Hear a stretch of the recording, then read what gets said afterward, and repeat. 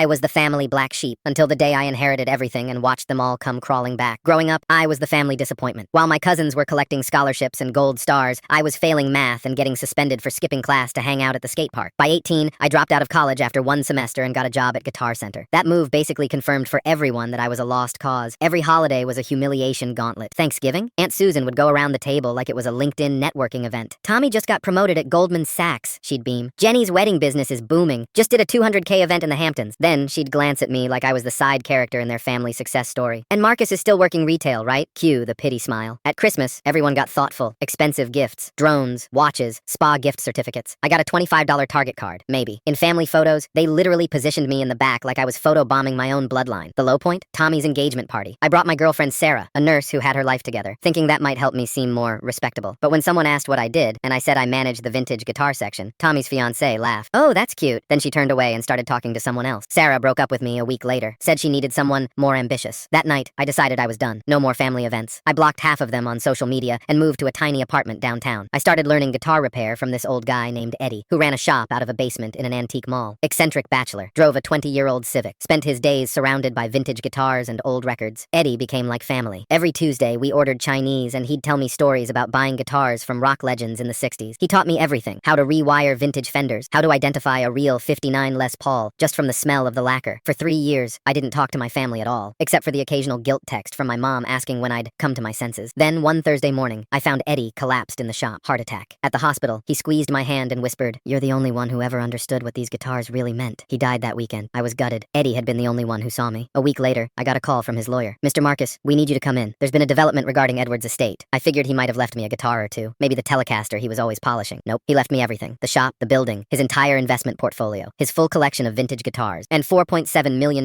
in assets I didn't even know he had. Turns out Eddie's family steel business had been worth a lot, and he'd been investing quietly for decades. There was also a handwritten letter. "Marcus, you're the only one who saw these guitars as more than $. You know a 52 Telecaster isn't just wood and wire. It's 70 years of music history. Take care of them. Take care of yourself. You're worth more than your family ever realized." Eddie. I sat in my car outside the lawyer's office and cried for an hour. Within 48 hours, the texts started. Cousin Tommy. "Hey man, heard about your big news. We should get dinner. Got some investment ideas." Aunt Susan. "Marcus, honey, would love to see you at Sunday dinner this week." Mom called me crying. "I'm so sorry we didn't support your passion. I always knew you were special." Even Tommy's fiancé, the one who laughed at my job, sent me a Facebook request. "I feel terrible about how we lost touch. Would love to reconnect. The most desperate, my ex, Sarah. I saw the news about your inheritance. I never stopped thinking about you. Maybe we could get coffee? Next weekend is my mom's birthday party. For the first time in 3 years, I'm invited. Not just invited. I'm the guest of honor. Apparently, we're celebrating my success and rebuilding the family. I'm going, but not for them. I'm going to honor Eddie's memory, to show them exactly who I am now. Sometimes the black sheep becomes the shepherd."